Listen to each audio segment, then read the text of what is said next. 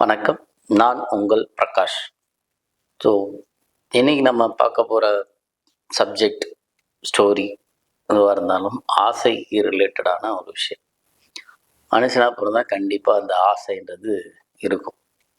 ஏன்னா இந்த ஆசைன்றது நம்ம குழந்தையா இருக்கும்போது ஒரு கலர்ஃபுல்லான பொம்மையை பார்த்தா அது வேணும்னு கேட்போம். இன்னொரு பொம்மையை பார்த்தா அது வேணும்னு கேட்போம். அடுத்து அடுத்து நம்ம லைஃப்பில் நம்ம என்ன வளர்ந்தாலும் அந்த வளர்ச்சி, அந்த வயசுக்கு ஏற்ற மாதிரியான விஷயங்களுக்கு ஆசைப்படுவோம். அது கண்டிப்பாக வேணும் அப்படின்னு சொல்லி அதை ஃபாலோ பண்ணி எப்படியாவது அதை ட்ரை பண்ணி வாங்கி அடைஞ்சிருவோம்னு வச்சிங்களேன்.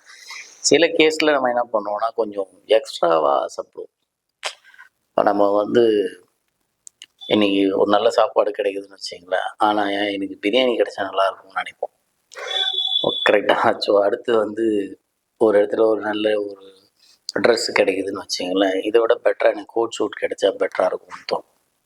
அதாவது எது கிடைச்சாலும் அதிலிருந்து ஒரு எக்ஸ்ட்ரா அப்படின்ற ஒரு விஷயம் இந்த மைண்டு எப்போவுமே புஷ் பண்ணிக்கிட்டே இருக்கும், சொல்லிக்கிட்டே இருக்கும். அதுக்கு பேர் என்னென்னா பேராசை இல்லை கிரீடினஸ் அப்படின்னு சொல்லலாம். ஸோ அதுக்கு ரிலேட்டடான ஒரு ஸ்டோரியை நம்ம இப்போ கனெக்ட் பண்ணி பேசுவோம்.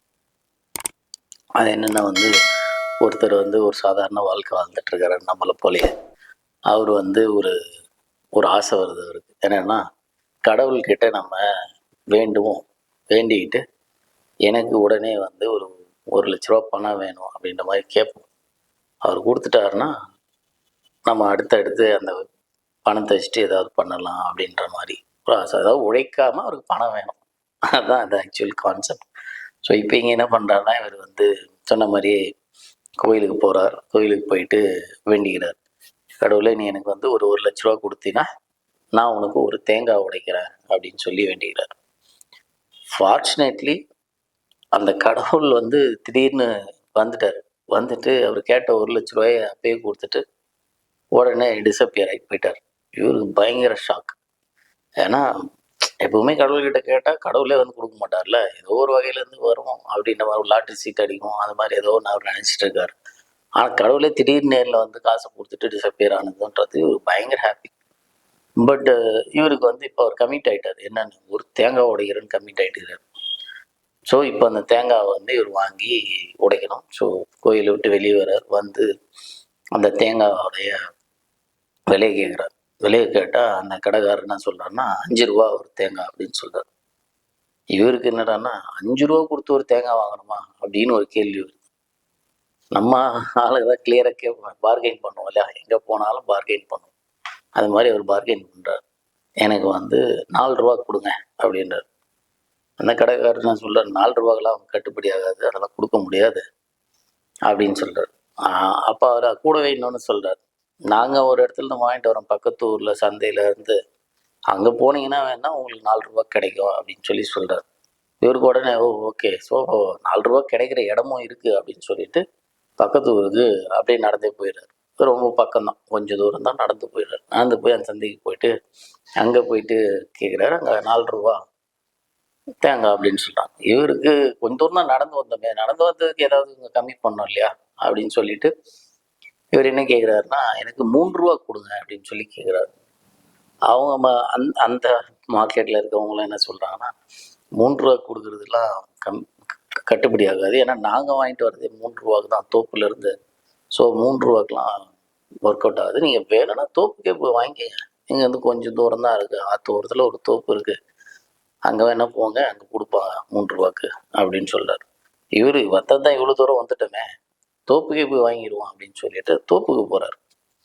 தோப்புக்கு போயிட்டு அந்த ஓனர்கிட்ட கேட்குறாரு. அவர் என்ன சொல்கிறாருன்னா 3 ரூபா ஒரு தேங்காய் அப்படின்னு சொல்லி. இவர் இல்லை எனக்கு 2 ரூபா கொடுங்க அப்படின்னு சொல்லி சொல்கிறார். 2 ரூபாய்க்கு எப்படி கொடுக்க முடியும் அப்படின்னு சொல்லி கேட்குறேன்னா, இல்லை எனக்கு 2 ரூபாய்க்கு தான் வேணும் அப்படின்றார். 2 ரூபா கிடையாது, ஆனால் அவர் இன்னும் சூப்பராக அவர் சொல்கிறார், 1 ரூபாய்க்கு வேணால் நான் தரேன், ஆனால் நீங்களே மரத்தில் ஏறி பறிச்சிக்கணும் அப்படின்னு சொல்கிறார். இவருக்கு இன்னும் சர்ப்ரைஸாக நான் அதே சமயத்தில் ஷாக்காகவும் இருக்குது. ஏன்னா சர்ப்ரைஸ் என்னன்னா இவர் 2 ரூபா கேட்டார், 1 ரூபா கொடுக்குறாங்கன்றது சர்ப்ரைஸு. பட் ஷாக் என்னன்னா மரத்தில் இவரே ஏறணுன்றது. ஏன்னா இவருக்கு மரம் ஏற தெரியாது. ஸோ இப்போ இந்த தோப்பில் எந்த மரத்தில் வேணால் இவர் ஏறி பறிச்சிக்கலாம் அப்படின்ற ஒரு இது இருக்குது. ஸோ இவர் ரூபா தேங்காய் வாங்கணும்னு முடிவு பண்ணிட்டார். இவரே மரம் ஏறலான்னு முடிவு பண்ணிட்டார். இப்போ வந்து இந்த தோப்பில் எந்த மரம் கொஞ்சம் சாஞ்ச மாதிரி ரொம்ப சின்னதாகவும் வளைவாகவும் இருக்குது அப்படின்லாம் பார்த்து அப்படி போயிட்டு ஆற்று ஓரத்தில் ஒரு மரம் அப்படி வளைஞ்சி இப்படி இருக்குது. அதில் நல்ல காய்கள்லாம் இருக்குது. ஸோ இப்போ எப்படியாவது அதில் ஏறிட்டு இந்த ரூபாய்க்கு அந்த கம்மியான விலையில வாங்கிட்டு போயிடலாம் அப்படின்னு சொல்லிட்டு இவர் எப்படியோ கஷ்டப்பட்டு ஏறிட்டார். ஏறிட்டவர் பறிக்கும் போது வந்து பார்த்தீங்கன்னா அவருக்கு வந்து இப்போ அந்த 1,00,000 ரூபா பணம் பேக்கெட்டில் இருக்குது. அந்த மரத்தோட நுனி இது வந்து ஆற்றுல வந்து விழுற மாதிரி அந்த ஸ்டேஜில் நிற்குது அந்த மரம். இவர் இப்போ அந்த எட்ஜில் இருக்கார். ஸோ அப்போது அங்கே போயிட்டு பறிக்கும் போது வந்து ஸ்லிப் ஆகுது. தேங்காய் பறிக்கிறத விட்டார். இப்போ இவர் கீழே விழாமல் இருக்குது. ஒரு மட்டையை பிடிச்சிட்டு தொங்கிட்டு இருக்கார். இப்போ கீழே விழுந்தா ஆற்றுல குதிச்சா பணம் வந்து நனைஞ்சு ஆற்றோட போயிடும். யூஸ் பண்ண முடியாது. கடவுள் கொடுத்த 1,00,000 ரூபா போயிடும். ஸோ இப்போ இவர் வந்து என்ன பண்ணுறது தெரியாமல் தொங்கிக்கிட்டே இருக்கார். காற்று அடிச்சுட்டே இருக்கு. அந்த வழியாக வந்து ஒரு யானை பாகன் வராரு. யானையை ஓட்டிக்கிட்டு ஆற்றுல குளிக்க வைக்கிறது. ஸோ அப்போது இவர் வந்து மறுபடியும் அந்த பாகனை கூப்பிடுறாரு. யானைப்பாகா இங்கே வா, யானையை கூட்டிட்டு வா, வந்து என்னை கீழே நிறுத்தி மேலே ஏறி என் காலை பிடிச்சி என்னை பத்திரமா கீழே இறக்கி விட்டா உனக்கு வந்து 10,000 ரூபா கொடுக்குறேன். என் பேக்கெட்டில் 1,00,000 ரூபா இருக்குது, உனக்கு அதுலேருந்து 10,000 ரூபா கொடுக்குறேன் அப்படின்னு. யானைப்பாகனுக்கு ஒரு நிமிஷம் யோசிக்கிறார். நம்ம இன்னைக்கு ஒரு நாள் ஃபுல்லாக சுற்றி யானையை வச்சு ஏதோ பண்ணால் கூட எனக்கு ஒரு 300-400 ரூபா வரும். பட் இவர் ஒரு ஆள் காலை பிடிச்சாவே எனக்கு வந்து இறக்கி விட்டாவே எனக்கு வந்து ஒரு 10,000 ரூபா கொடுக்குறேன். இது என்னுடைய ஒரு மாதத்துடைய வருமானம்னு சொல்லி யோசிச்சுட்டு ஓகே அப்படின்னு சொல்லிட்டு கமிட் ஆகிட்டு அந்த யானையை கூப்பிட்டு போயிட்டு நிற்க வச்சு மேலே ஏறி அவரை காலை பிடிச்சிட்டு இறக்கலான்னும் போது என்ன ஆகுதுன்னா யானை நகர்ந்து போயிடுது. ஸோ இப்போ இவரும் அவர் காலை பிடிச்சி தொங்க வேண்டியதாக இருக்கு. ஸோ இப்போ என்ன ஆகுதுன்னா அந்த மட்டையை பக்தன் வந்து பயங்கரமாக பிடிச்சிருக்காரு. கீழே இவர் காலை பிடிச்சிருக்காரு. இப்போ இவர் பாகன் என்ன சொல்கிறாருன்னா, நான் வந்து உங்களுக்கு வந்து நீங்கள் எனக்கு கொடுக்குறேன்னு சொன்ன 10,000 ரூபாவை நான் உங்களுக்கு கொடுக்குறேன். தயவு செஞ்சு அந்த மட்டையை மட்டும் விட்டுறாதீங்க. ஏன்னா போன மாதம் ஃபுல்லாக சம்பாரித்த அந்த 10,000 ரூபாய் என் பேக்கெட்டில் இருக்குது. அது இல்லாமல் கீழே விழுந்தால் அடிபடுமோ எனக்கு பயமாகவும் இருக்குது அப்படின்னு சொல்லிட்டு அவர்கிட்ட சொல்கிறார். ஸோ இப்போ மேலே இருக்கிறவர் தான் ஒரு பணத்தாசை, அதாவது ஆசை அதிகமாக இருக்கிறாளாச்சு இல்லையா. இப்போ இவர் கணக்கு போடுறாரு. ஆல்ரெடி 1,00,000 ரூபா இருக்குது, இப்போ எனக்கு மறுபடியும் ஒரு 10,000 ரூபா வரப்போகுது அப்படின்னு சொல்லிட்டு ரொம்ப சந்தோஷப்படுறாரு. ஆனால் இன்னும் 2 பேரும் தொங்கிட்டு தான் இருக்காங்க. இப்போ 2 பேரும் இறங்கினா தான் அந்த பணம்லாம் எடுத்துகிட்டு போக முடியும், எல்லாம் பண்ண முடியும். ஸோ இப்போ அடுத்து அந்த பக்கம் மறுபடியும் ஒரு ஒட்டகம் எடுத்துக்கிட்டு ஒரு ஒட்டகத்தை வைக்கிறவர் வரார். அவருமே ஆற்றுல குளிக்க வைக்க தான் வராரு. அவர்கிட்ட இவங்க 2 பேரும் சேர்ந்து கேட்குறாங்க, அப்பா ஒட்டகத்தை எடுத்துகிட்டு வா, நிற்க வை, எங்களை இறக்கி விடு, உனக்கு வந்து 5,000 ரூபா கொடுக்குறோம் அப்படின்னு சொல்கிறார். அதே போல் அவருமே வந்து இந்த ஒட்டகத்தை வச்சுட்டு நான் என்ன பண்ணாலும் எனக்கு வந்து ஒரு 50-100 கூட வர்றதில்ல ஒரு நாளைக்கு, ஒரே நாளில் 5,000 ரூபா வருதா அப்படின்னு அவருக்கும் அந்த ஆசை. சரி ஓகே அப்படின்னு அவரும் கமிட் ஆகிட்டு போய் நிற்கிறாரு, இறக்குறாரு. யானை எப்படின்னு போச்சோ அதே போல் இந்த ஒட்டகமும் ஓடி போகுது. ஸோ இப்போ 3 பேரும் தொங்குறாங்க. இப்போ மறுபடியும் இந்த ஒட்டகம் எடுத்துகிட்டு வந்தார் இல்லையா, அவரு வந்து சொல்கிறாருப்பா, நீங்கள் எனக்கு கொடுக்குறேன்னு சொன்ன 5,000 ரூபா நான் உங்களுக்கு கொடுக்குறேன், நீங்கள் கீழே மட்டும் விட்டுறாதீங்க அப்படின்னு சொல்கிறார். இப்போ மேலே இருக்கிறவருக்கு இன்னும் சந்தோஷம், இன்னும் எக்ஸ்ட்ரா காசு எனக்கு வருது, இப்போ இன்னும் ஒரு 5,000 ரூபா வருது அப்படின்னு. ஆனால் அவருக்கு என்னென்னா இப்போ எவ்வளோ மொத்தமாக காசு எனக்கு வருதுன்னு கணக்கு போட தெரியல, மனக்கணக்கு வரல.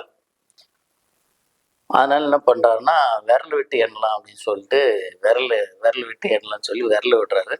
கையை விட்டு 3 பேரும் ஆற்றுல விழுறாங்க. இப்போ ஆற்றுல விழுந்து தப்பிச்சா போதும் அப்படின்னு சொல்லி நீந்தி கரையை சேர்ந்து வந்துடுறாங்க. ஆனால் இதில் என்ன ஆச்சுன்னா அந்த கடவுள் கொடுத்த 1,00,000 ரூபாவும் போச்சு, அந்த பாகனோட 10,000மும் போச்சு, அந்த ஒட்டகம் வைக்கிறோன்னா 5,000மும் போச்சு. ஸோ இந்த கதையிலேருந்து நம்ம என்ன தெரிஞ்சுக்க வரோம்னா, பேராசை பெருநஷ்டம். அதாவது ஒரு 5 ரூபா தேங்காய் வந்து அவர் அந்த கடையிலே வாங்கி உடைச்சிருந்தாருன்னா அவருக்கு 1,00,000 ரூபா அவர் கையிலே இருந்திருக்கும். ரைட்டா? ஸோ அடுத்து இந்த பாகன் ஸோ ஒழுங்காக போய் உழைச்சி அந்த அன்னைக்கு டேவை வந்து ஏர்ன் பண்ணியிருந்தா 400 ரூபா வந்திருக்கும். அவரோட போன மாத ஏர்னிங்ஸும் அந்த காசும் அவர்கிட்டே இருந்திருக்கும். அடுத்து அந்த ஒட்டகம் இது பண்ணுறாரு. ஸோ அவருமே வந்து அவருடைய பாக்கெட்டில் இருந்த பணத்தை விட்டுறாரு. ஸோ எல்லாருக்கும் இந்த கதையில் இருக்க மூல காரணம் 3 பேருக்குமே என்னென்னா, உழைக்காம பணத்தை நான் ஏர்ன் பண்ணணும்னு நினச்சி பேராசைப்பட்டு தங்கிட்ட இருந்த காசையும் விட்டுட்டாங்க. ஸோ நம்ம கற்றுக்க வேண்டிய விஷயம், உழைக்காம இங்கே எதுவும் கிடைக்காது. ஆசைப்படலாம், ஆசைப்படுறது தான் நம்மளை வந்து கல்டிவேட் பண்ணி லைஃப்பில் நெக்ஸ்ட் லெவலுக்கு கொண்டு போகும். பட் பேராசைப்படக்கூடாது அப்படின்றது தான் இந்த ஸ்டோரி நமக்கு சொல்கிற தத்துவம். நன்றி, வணக்கம்.